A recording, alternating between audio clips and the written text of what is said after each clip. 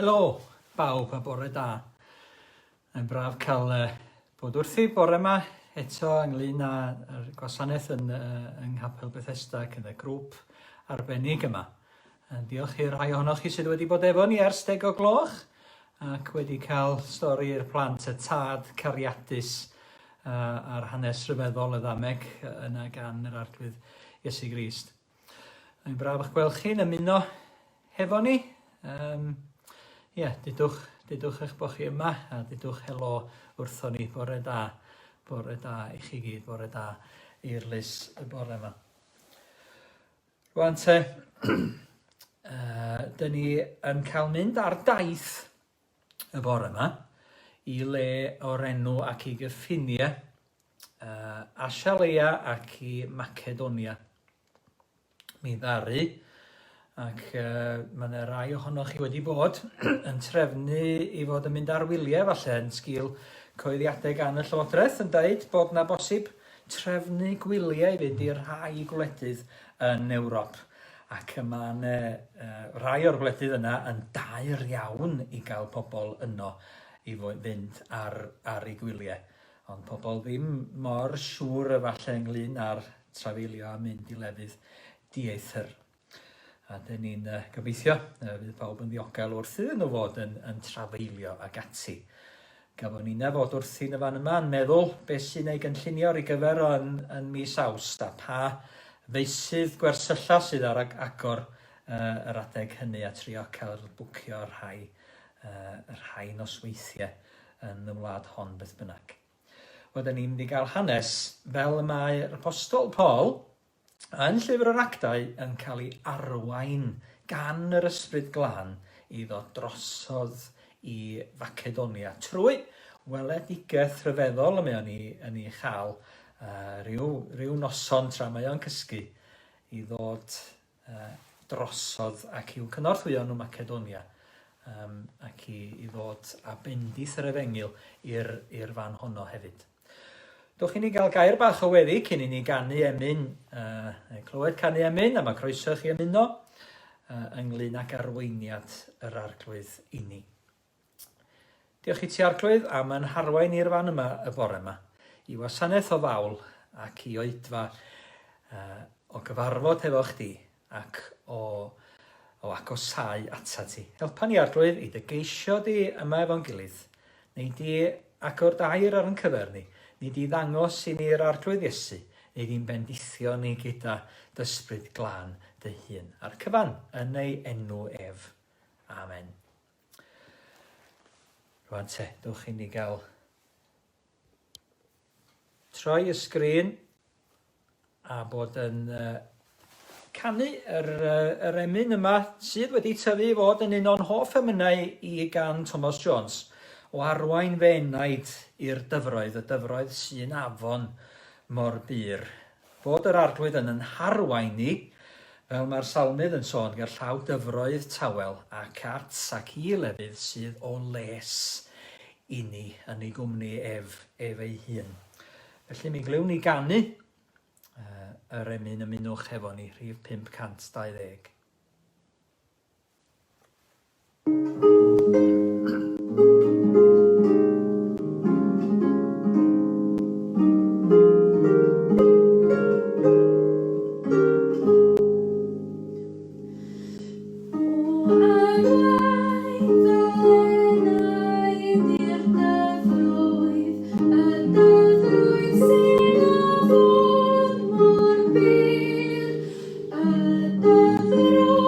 Sy'n torri fy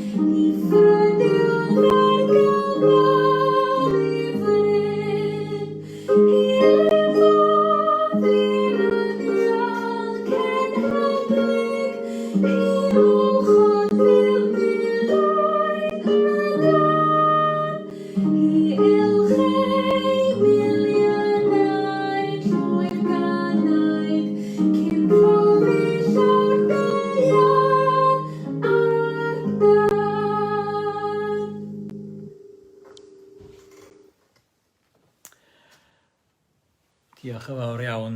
A'r emyn yna, roeddwn ni sylw iddi hi yn do, pan oeddwn ni'n sôn am yr afon yna yn llifo o dan riniog y deml yn llyfr y proffwyd Esekiel. Thomas Jones wedi chyfansoddi hi, Wyddgrug Rhuthun Dimbych, Sir Fflint yn bennaf.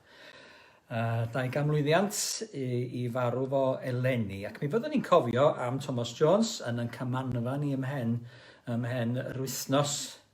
Ond cyn i mi sôn dim byd am gymanfa, mae gennym ni rywun i fod yn croesawu ni i'r gymanfa.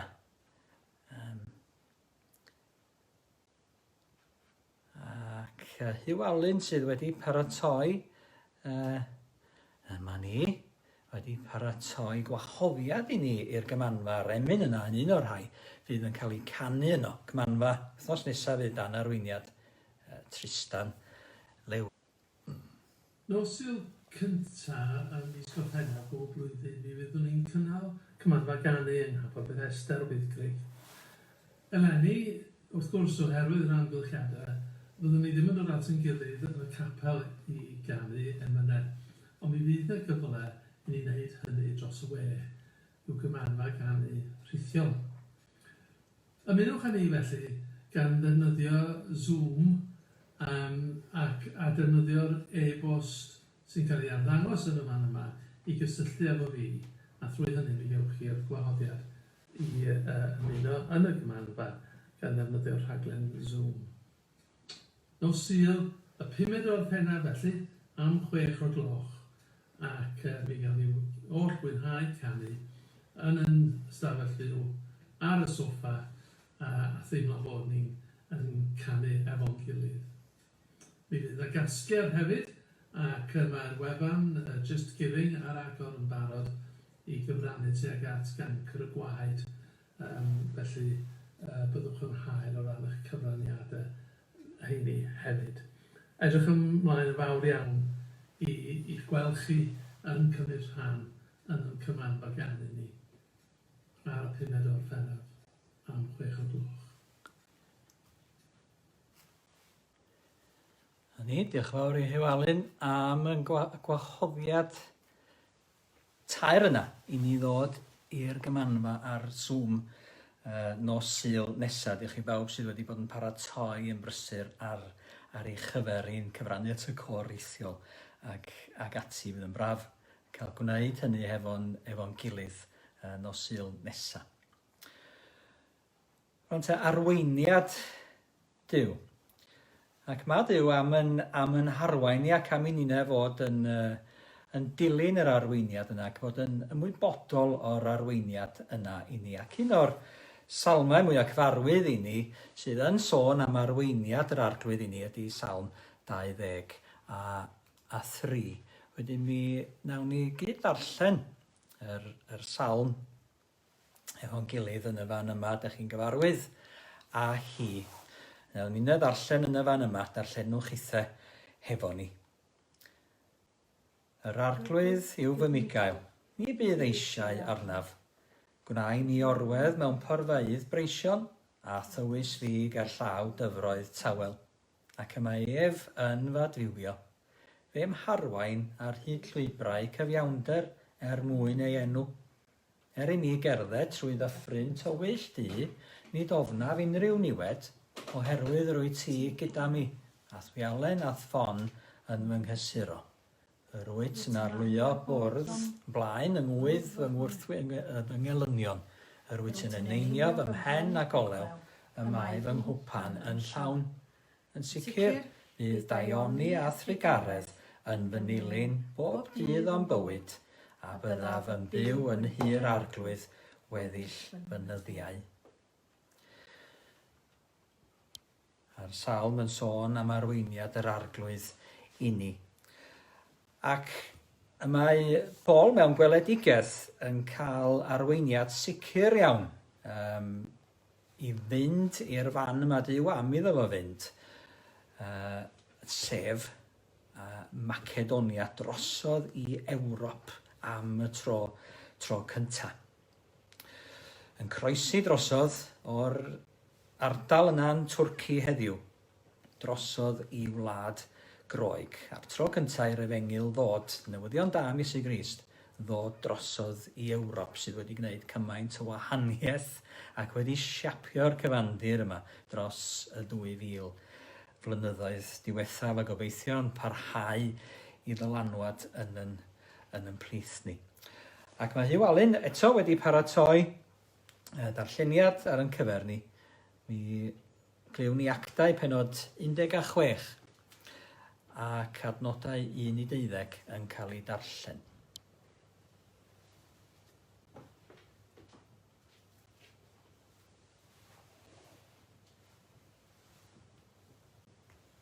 Darlleniad o lyfr Actau, penod 16, adnodau 1 i 12. Aeth Paul ymlaen i Derbe ac yna i Lystra, lle roedd disgybl o'r enw Timotheus yn byw.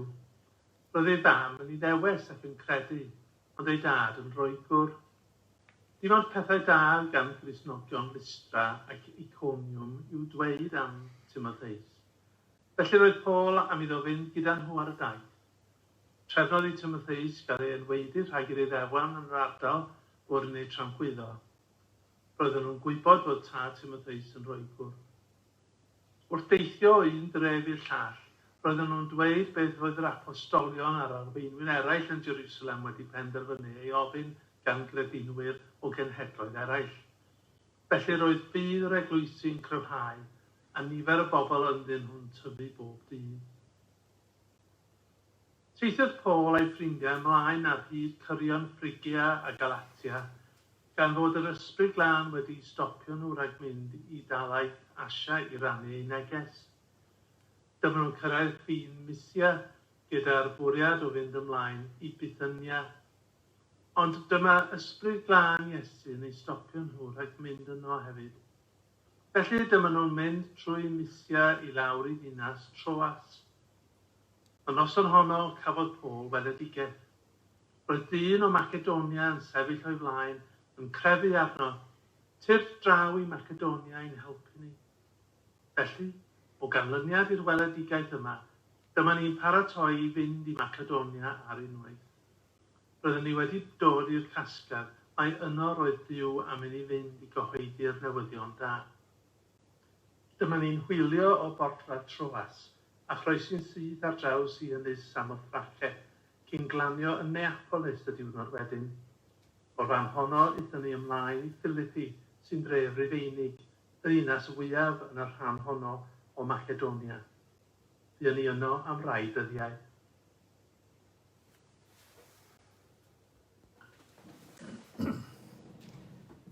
Ac yn ddiolchgar iawn i Nan am yn harwain ni mewn gweddi. Diolch Huw. Dwch i ni blygu pen a dwch i ni droi ta'r arglwydd mewn gweddi. O Dduw Tad Nefol, yn diolch i ti am yr hyn da ni newydd i glywed ar darlleniad yma. Ac yn gweld felly fel yr wyt ti yn harwain ni, fel wyt ti yn paratoi y ffordd ar yn cyfer ni. Ac fel yma dy fwriad i yn fwriad sydd yn berffaith ac yn fwriad sydd wedi cael i'w gynllunio cyn hyd yn oed cychwyn creu y byd. Ac yn hyn o beth ydyn ni'n diolch i ti. Da ni'n aml iawn yn efallai dibynnu ar yn gallu yn hunan neu ar yn bwriad yn hunan. Ond ydyn ni'n gwybod o Dduw Tad Nefol pam ydyn ni'n gwneud hynny yn bod ni yn crwydro yn bellach o'r wrtha ti ac yn bod ni yn siomi'n hunan ac yn siomi bobl eraill hefyd. Ac felly Dduw Tad Nefol, helpa ni rwan i dderbyn darweiniad i. I hyd yn oed yn y cyfnod anodd yma da ni'n byw ynddo fo. Ac yn y cyfnod anodd yma fysa ni'n licio efallai'n amgylchiadau ni fod yn wahanol. Ond helpa ni hyd yn oed heddiw yma, hyd yn oed rwan yn y cyfnod yma, i fod yn dibynnu ar darweiniad i. Fel unigolion, fel teuluoedd ac fel teulu'r eglwys hefyd. Ac da ni... Mae yna lot o bethau sydd yn pryderu ni ynglyn â'r cyfnod yma. Da ni'n pryderu nad ydym ni'n gallu cyfarfod efo'n gilydd, dim ond yn rhithiol. Ond o Dduw Tad, helpa ni i sylweddoli hyd yn oed yn y cyfnod yma dy fod ti yn gadarn ac yn arwain wrth y lliw. Da ni yn cyflwyno i ti pawb sydd yn gofal ni o ran yn gweinidogaeth, a da ni'n cyflwyno i ti efallai rhai sydd ddim yn gallu bod yn rhan o'n gwasanaethau ni yn rhithiol fel hyn, a da ni'n neud yr chafu nhw'n annwyl iawn i ti. A pan ddaw y cyfnod yn bod ni'n gallu gweld nhw eto, da ni'n gofyn i ti fendithio pob cyfarfyddiad da ni'n gael a'n pobl, ac yn bod ni yn dod â gobaith defengil di pan fydden ni'n cael cyfarfod eto. O ddiwein tad, felly da ni'n cyflwyno pawb sydd yn fyr o'n breintiau ni, da ni'n cyflwyno pawb sydd yn wael neu pawb sydd yn llireithi neu'n diodda o unrhyw fath ar hyn o bryd. Ac mae'r cyfnod yma hefyd yn gallu bod yn gyfnod lle da ni jyst yn edrych i fewn, bod ni jyst yn edrych yn o'n ni'n hunan. Ond da ni hefyd yn cyflwyno y byd mae ti, da ni'n cyflwyno sefyllfa'r feirws ma'n yn byd ni, ac efalla y gwledydd hynny sy'n cael ei effeithio fwyaf, nid efalla oherwydd y feirws ei hun, ond oherwydd i bod nhw wedi cael i'w cyfyngu i'w cartrefi, ac fod pethau syml fel bwyd a dŵr glân yn dod yn anoddach fyth i'w canfod. Ac felly, da ni'n cyflwyno sefyllfa'n byd i ti. Da ni'n diolch i ti, dy fod ti wedi'n cymell ni i ofyn y cyfan am dy fod ti'n feddyg da, am dy fod ti yn dduw sydd yn hael, ac am dy fod ti yn dduw sydd yn iachau. Ac o ddiwein tad ydyn ni'n gweddio hefyd y bydd iachad, y bydd y feirws erchyll yma sydd wedi effeithio'r byd yn gyfan. Y fydd o'n dod i ben o ddiwein tad, boed hynny drwy frechiad, neu fod ho jyst yn peidio o bod dim mwy. Os wyt ti yn dduw sy'n gallu symud mynyddoedd, mi wyt ti hefyd yn dduw sydd yn gallu ymyrryd yn llwyr a sefyllfa'n byd ni. Diolch i ti o dad. Ac da ni'n dod ger dyfron di'n diolchgar iawn. Da ni'n dod ger dyfron di yn diolch i ti am y cyfnod yma da ni wedi gael o fod yn wir yn ystyried beth sydd go iawn yn bwysig. Be di'r pethau hynny ydyn ni gario ymlaen i ddal gafael arnyn nhw. Ac felly da ni'n diolch i ti am gysur defengil di, ac am efengil sydd yn harwain ni hefyd. Ac helpa ni i arwain yn gilydd, helpa ni weddio dros yn gilydd, ac helpa ni i ddyrchafu enw Iesu Grist yma yn yr wyddgrig a thu hwnt, fel dy fod ti yn cael dy le anrhydeddus. Diolch i ti o dad, maddau ni rwan, pob ai, achos yn bod ni'n dod yn wylaidd ger dyfrondi, ac yn gofyn hyn i gyd yn enw Iesu Grist ein harglwydd a'n gwaredwr. Amen. Amen.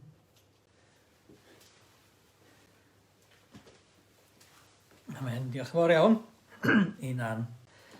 Ac yn chanol chithau fod yn parhau i weddio tros yr eglwys, tros yn gilydd a thros arweiniad Duw i ni yn yr cyfnod gwahanol yma. Chofio bod yr arglwydd yn dal wrth y lliw ac am i ni glywed i laiso. Rwan te, da ni'n mynd i gael dipyn bach o ddaearyddiaeth i gochwyn. Ac chofio pa ardal da ni'n sôn amdani hi pan yr oedd Paul a Silas yn dechrau allan o Jerusalem yn mynd heibio Antioch yn y fan yma. Ar eu taith ail daith gen hadol nhw, roedden nhw wedi bwriadu mynd ati i annog yr eglwysi hynny roedden nhw wedi bod ynddyn nhw i gochwyn. Ond mi gaethon nhw eu harwain i fynd ymhellach wedyn. Maen nhw'n codi y gŵr ifanc Timotheus yn Derbe ac yn ei gael o'i ymuno hefo nhw ar y daith. Ac mae Timotheus yn rhan allweddol o'r stori wedyn yn ystod gweinidogaeth Paul ac yn buddsoddi llawer iawn ynddo fel Cristion ifanc. Maen nhw'n cael eu rhwystro, medder Luc yn y darlleniad, rhag mynd i'r ardaloedd yma i Phrygia a Galatia, rhag bod yn rhannu yn y fan honno, bod yr ysbryd glân yn ei rhwystro nhw rwsyd, yn cael drysau iddyn nhw. Ysbryd Iesu Grist yn ei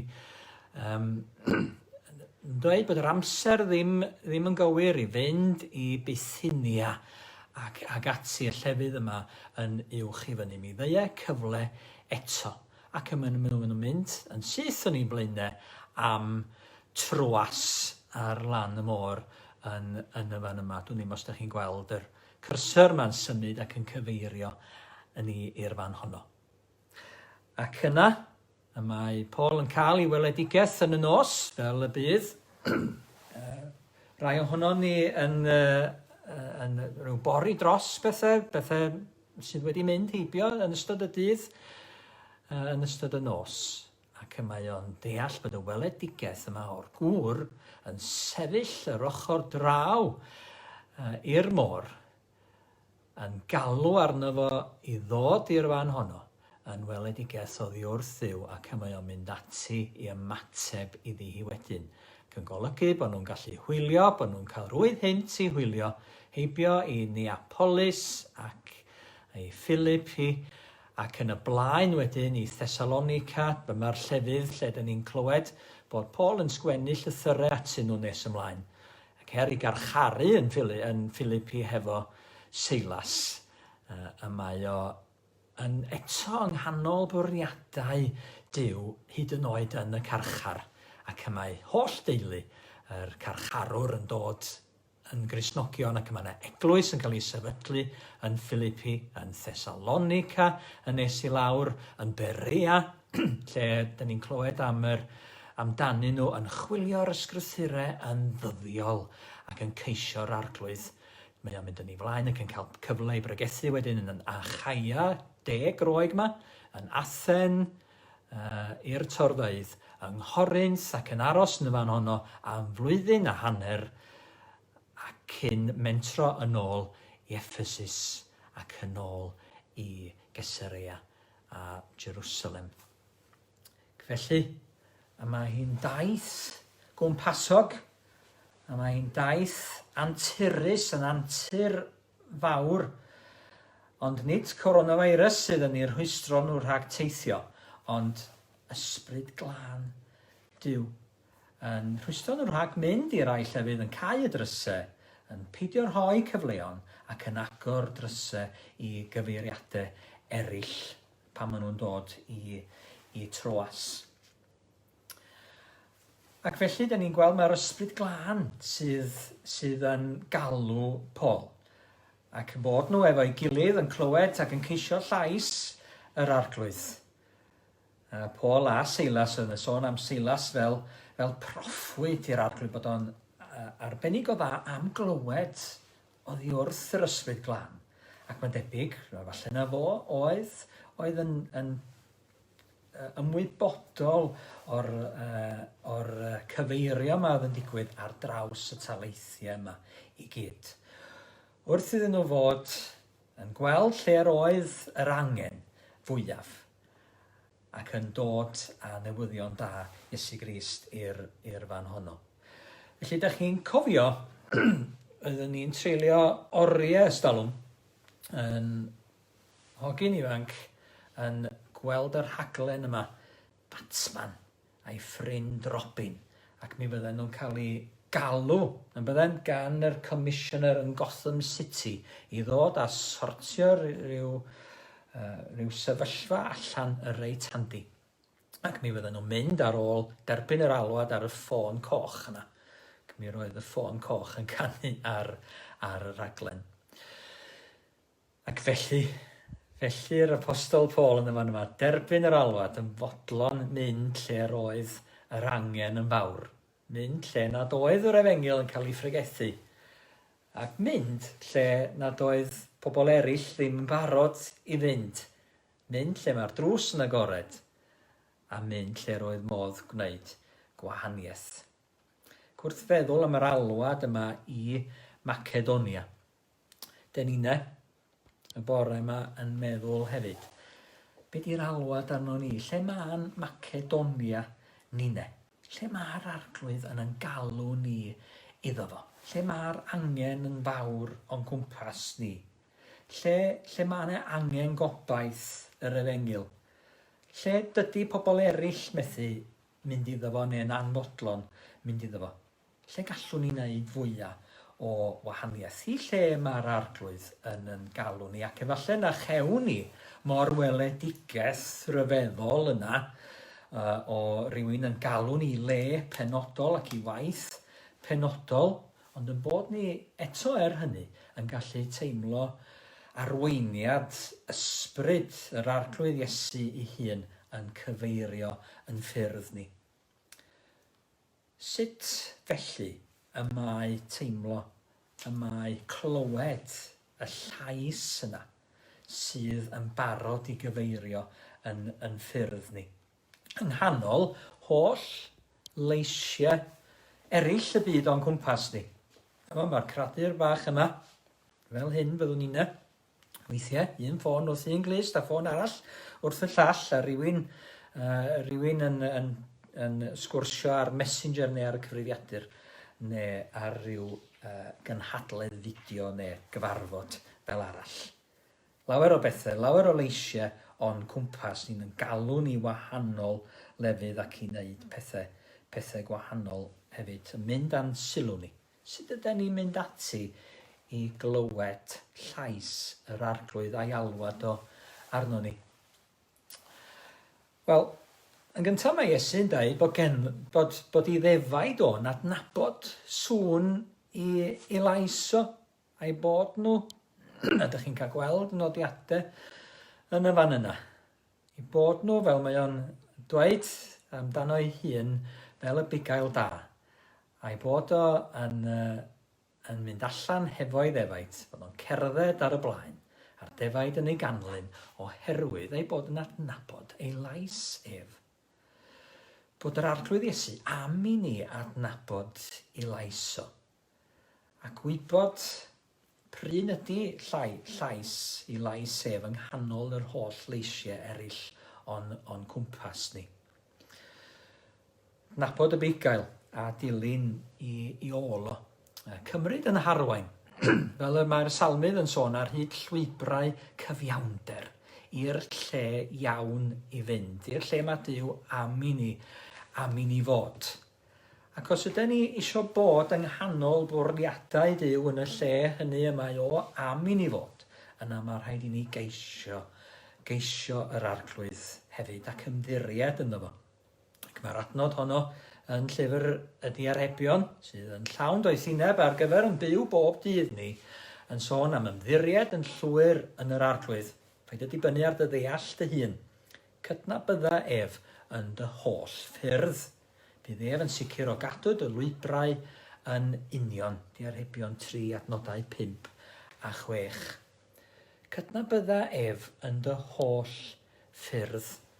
Bod ni fodlon cydnabod yr arglwydd, cydnabod arweiniad yr arglwydd, cydnabod bwriadau yr arglwydd ar yn cyferni ym mhob peth yr ydyn ni ynglyn ag o. Ddim jyst ynglyn â'r rhai pethau, bod ni'n meddwl bod rhai pethau yn fwy ysbrydol na'i gilydd felly, ond yn byw bob dydd bod ni'n cydnabod arweiniad a chwmni yr arglwydd gydag o. Ac mae o'n gaddo gwneud yn llwybrau ni yn union o fod yn gosod yn hunain ar ei lwybr ef ei hun. Rwantedd y Cristnogion cynnar yma yn cael ei galw yn bobl y ffordd, erlyd pobl y ffordd y mae Paul ar y cochwyn, cyn cyfarfod yr arglwydd Iesu, yr hwn sydd yn ffordd, yn wirionedd ac yn bywyd, ar y ffordd i Ddamascus, ac mae o'n newid ei holl ffyrdd o, mae o'n ei droi o gwmpas yn llwyr. Ac mae o'n dod yn gyfarwydd ar ffordd yma. Mae o'n dod yn un sydd yn bodlon rhannu'r ffordd yma hefo eraill hefyd. Ac mae o'n dod i rodio yn y ffordd yma. Ac wrth i ni gydnabod yr arglwydd yn yn holl ffyrdd, dyn ni'n gosod yn hunain ar y ffordd yma yn agos ato fo. Gan wybod, mae fo sydd yn gwybod nad ydyn ni fod i ddibynnu ar yn deall yn hunain, a bod ffyrdd yr arglwydd yn uwch na'n ffyrdd ni, bod ganddo fo'r darlun yn gyfan yn ei olwg ef ei hun, ac yn datguddio digon i ni ar gyfer troedio ymlaen gam wrth gam. A'r hyn sydd yn oleuni ein llwybrau ni ac yn llewyrch i'n traed ydy gair Duw wrth gwrs. Ac mae hwnnw gennon ni ac wedi'w roi ar yn cyfer ni mwyn yn y ffordd i ni. Ac fel y mae Paul yn dweud wrth Timotheus, wrth ysgrifennu ato fo, wrth i ddysgu ar hyd y ffordd, glyn di wrth y pethau a ddysgaist ac y cefais ar gyhoeddi ganddynt. Fe wyddost gan bwyd ysgaist hwy, a fod yn blentyn yn gyfarwydd ar ysgrythurau sanctaidd, sydd yn abal i ddwneud yn ddoeth, a ddwy'n i achawdwriaeth trwy ffydd yng Nghrist Iesu. Mae pob ysgrythur wedi hysbrydoli gan Dduw fuddiol i hyfforddi a chyryddu a chywiro a disgyblu mewn cyfiawnder. Bod pob ysgrythur, bod gennym ni'r Beibl yn gyfan, yn gyfeirlyfr ar yn cyfer ni, ar gyfer y ffordd y dylen ni fod yn rhodio yn ddi. Dydy hi ddim yn deud, dydy'r ysgrythur ddim yn deud pob peth wrthon ni, ond mae o'n rhoi y cyfeiriad yna i ni. Cyfeiriad sydd yn gyfeiriad i garu yn gilydd, i geisio y gorau, i geisio ewyllus yr arglwydd, i geisio bod yn ifydd iddo fo yn byw beunyddiol. Ac felly, ydyn ni i ddilyn y cyfarwyddiadau. Mor aml ydyn ni o fynd ar hyd ryw ffordd, yn mynd ar goll oherwydd nad ydyn ni'n dilyn y cyfarwyddiadau, jyst yn dilyn yn trwynau yn hunain. Gen yr arglwydd gyfeiriad arbennig y mae o am i ni rodio yn ddi. A'r ffordd hwnnw ydy lwybrau ef a'r ffordd sydd i'w chael yn Iesu Grist ei hun. Dyn ni geisio'r arglwydd, dyn ni i ddilyn i gyfarwyddiadau fo, a dyn ni hefyd i ystyried y dewisiadau sydd gennym ni. Fel yr oedd Paul a Silas a Timotheus yn ystyried lle roedden nhw i fynd nesaf. Yn ystyried hefo'i gilydd hefyd, bydd yn digwydd oedd rhaid i Paul, ar ôl derbyn y weledigaeth yma, rannu'r weledigaeth hefo'r criw. A deithio nhw, wel, dyma dwi'n meddwl, y mae'r ysbryd glân yn ei ddeud wrthon ni. Dyma'r fan y dylen ni fynd iddo fo, a dyma'r cyfle y dylen ni fod yn ei gymryd. Oherwydd, fel y mae Paul ei hun yn dweud wrth yr eglwys yna, mae o'n treulio cymaint o amser ac yn dod i'w charu hi gymaint yng Nghorinth, yr eglwys drafferthus honno, sydd yn cymryd lot o'i egni fo, sydd yn llawn rhyw broblemau, ond eto sydd yn barod i gymryd i harwain. A mae o'n dweud wrthyn nhw bod ganddyn nhw feddwl Crist. Eithir neu ond y mae meddwl Crist gennym ni, medde fo. Hanol pob dewis sydd rhaid i ni i wneud. Dyma waith yr ysbryd glân yn gwneud ni'n debycach i Iesu Grist ei hun, ac felly yn bod ni'n fwy abal i fod yn meddwl yr un fath, yn feddwl yn fwy nefol, yn meddwl yn debycach i Iesu, yn meddwl nid amdano ni yn hunain, yn meddwl am les teyrnas yr arglwydd, yn ceisio honno yn gyntaf, ac yn barotach i ddilyn yn yr llwybrau y mae'r arglwydd yn harwain ni. Wrth gwrs, mi allwn ni gael yn harwain hefyd gan gyngor eraill. Dyn ni'n gwrando ar gyngor doeth, ond nid yn gymaint gwrando ar gyngor doeth sydd yn bwysig, ond bod y doeth yn gwrando ar gyngor. Mae'r llyfr y Diarhebion yn sôn am y gwrando yna. Mae ffordd y ffôl yn iawn yn ei olwg, ond gwrendir doeth ar gyngor. Weithiau mi fyddwn ni yn fodlon gwrando, ond dim ond ar yr rheini sydd yn fodlon dweud wrthon ni beth ni eisiau glywed.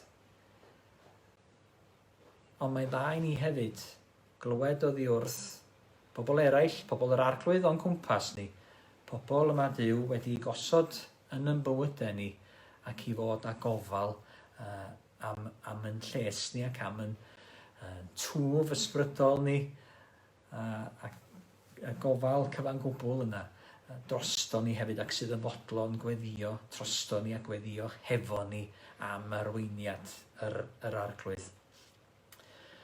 A da ni'n cofio yn ogystal, falle bod ni'n poeni am benderfyniadau a poeni am arweiniad Duw a beth i'w wneud nesaf. Da ni'n meddwl fel eglwys hefo'n gilydd, da ni'n ceisio arweiniad Duw ynglyn â'r cyfnod mae'r ydyn ni ynddo fo, a'r cyfnod bydd yn agor o'n blaenau ni.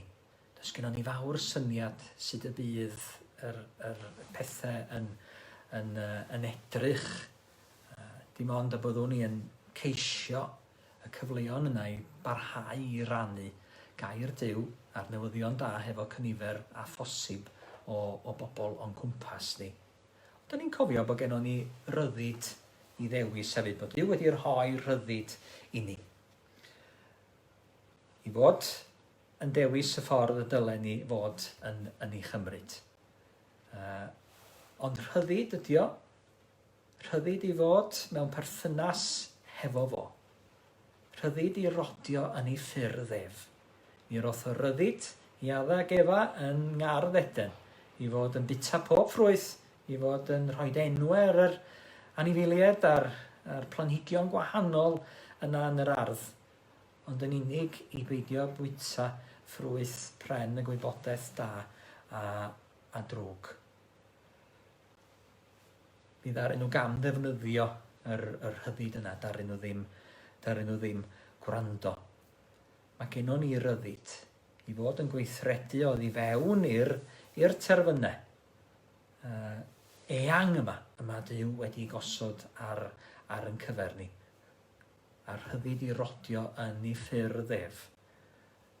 A'n dymuniad ni ydy, ar i ni gael aros yn ei lwybrau, aros i fod yn bobl y ffordd, i'n ceisio i ffordd ef, yn ceisio ffordd yr arglwydd, sydd yn ffordd gwirioneddol ar gyfer yn bywyd, sydd yn ffordd ac yn wirionedd ac yn bywyd.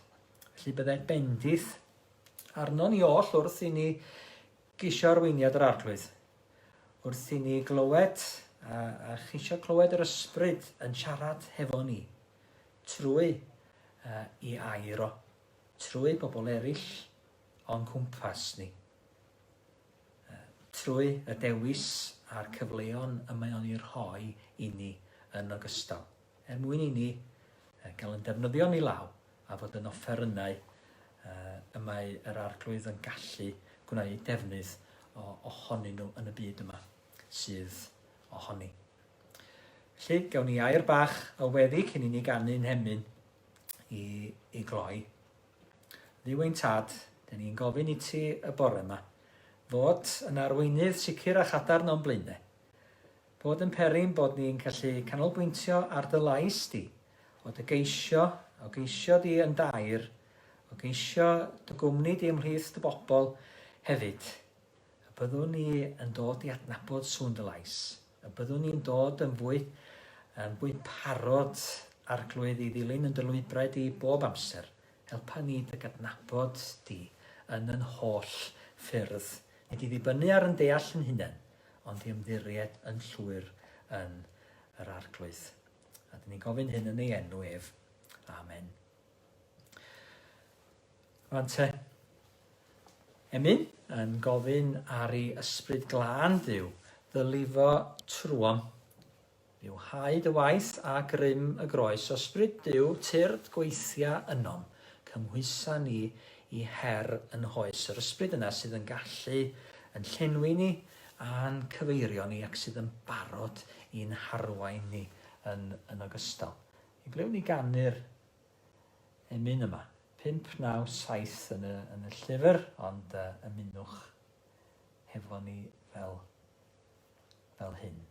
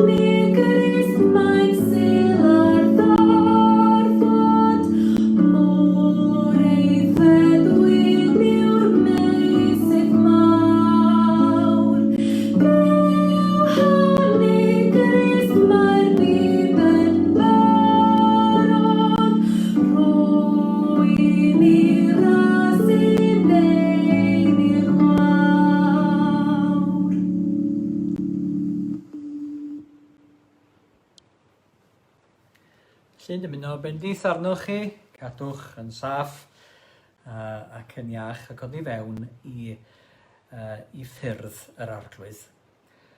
Gras ein harglwydd Iesu Grist, a chariad Duw a chymdeithas yr ysbryd glân, a fyddo gyda ni oll o'r awr hon hyd byth. Amen.